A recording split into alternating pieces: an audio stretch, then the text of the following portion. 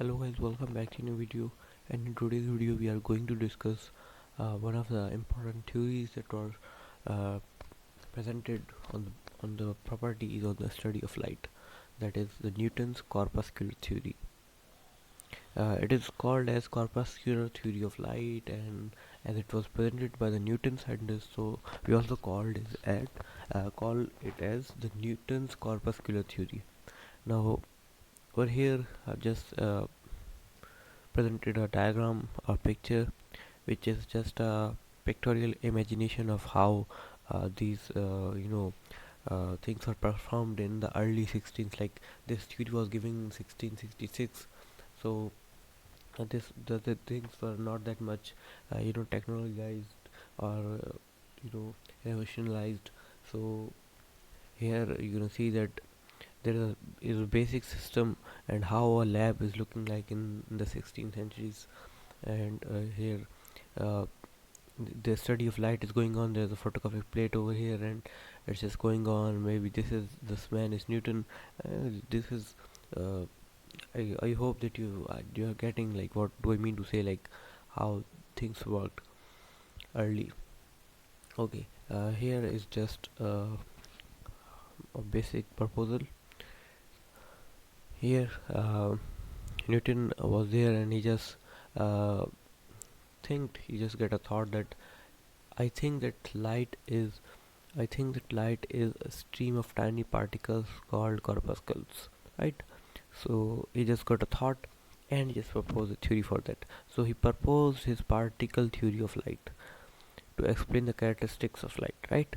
This was how it worked as a story. And here you're gonna see the picture of the book of the man optics, and the spelling I don't know why it is OPTICKS. Maybe there's someone else language. Like here we've got light.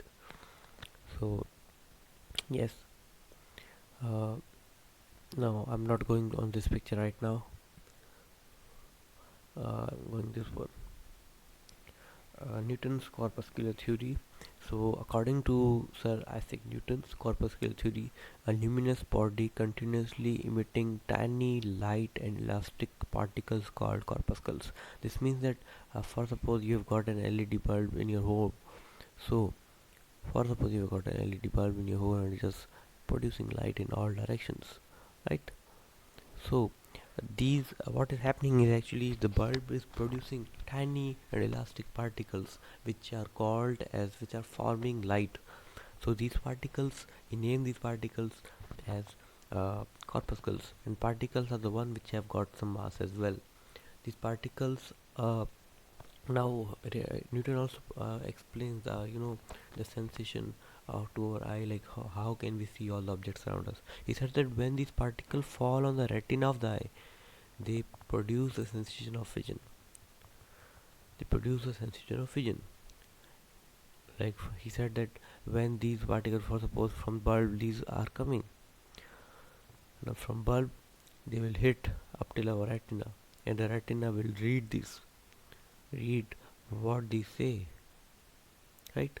This was according to Newton. What he said. This theory explains a number of phenomena concerning light. Like okay, this theory explains reflection and refraction, formation of images, and transmission of light. These are the four phenomena which the theory can explain. Reflection was explained by assuming that the corpuscles fall on a smooth body surface and would back like okay. For suppose you have got the surface and the particles are ball like, corpuscles are ball like substances, so they will hit on this direction and just bounce back. Here is a reflection. Once if you got the light was also seemed to pass through glasses, so it was had to pass in this direction in some cases, so it becomes the refraction in this case.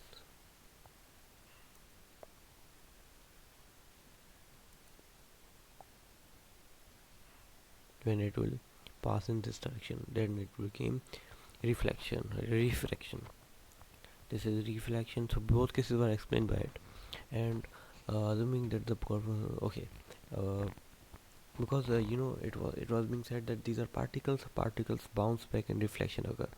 When theory was used to explain the refraction, scientists found that the velocity of light in the denser medium would not be more than the rarer medium. Velocity of light in a denser medium would be more than in the rarer medium. Now this was something wrong, uh, but actually it was a point given by Newton. He said that in a denser medium the light would travel faster because the particles of the denser medium attract the light particles, corpuscles. So this was actually wrong. Like if you are traveling the light in the water and you are traveling the light in air, of course the air will uh, travel it more fastly. So this was said oppositely, as has given a statement that light travels faster in the denser medium. This was Newton's uh, assumption.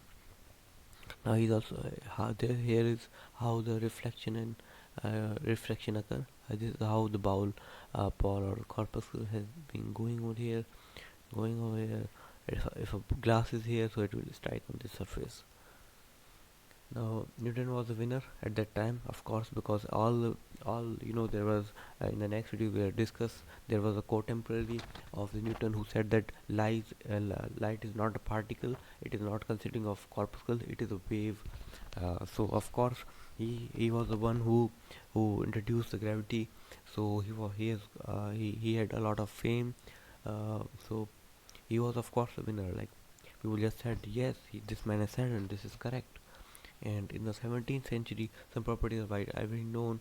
Like he concluded that the light has different colors. The corpuscles are of different size, and every size make its own color. So hence they are of different colors, forming the electromagnetic spectrum. Light can travel through vacuum. This was also been known, and of course, the particles uh, in the Huygens theory, it was being asked that I'm not going deep into that because we are going to discuss next video. But the Huygens said that the wave is having no medium; it requires no medium. But that was not, you know, uh, being understood due to the fame of the Newton.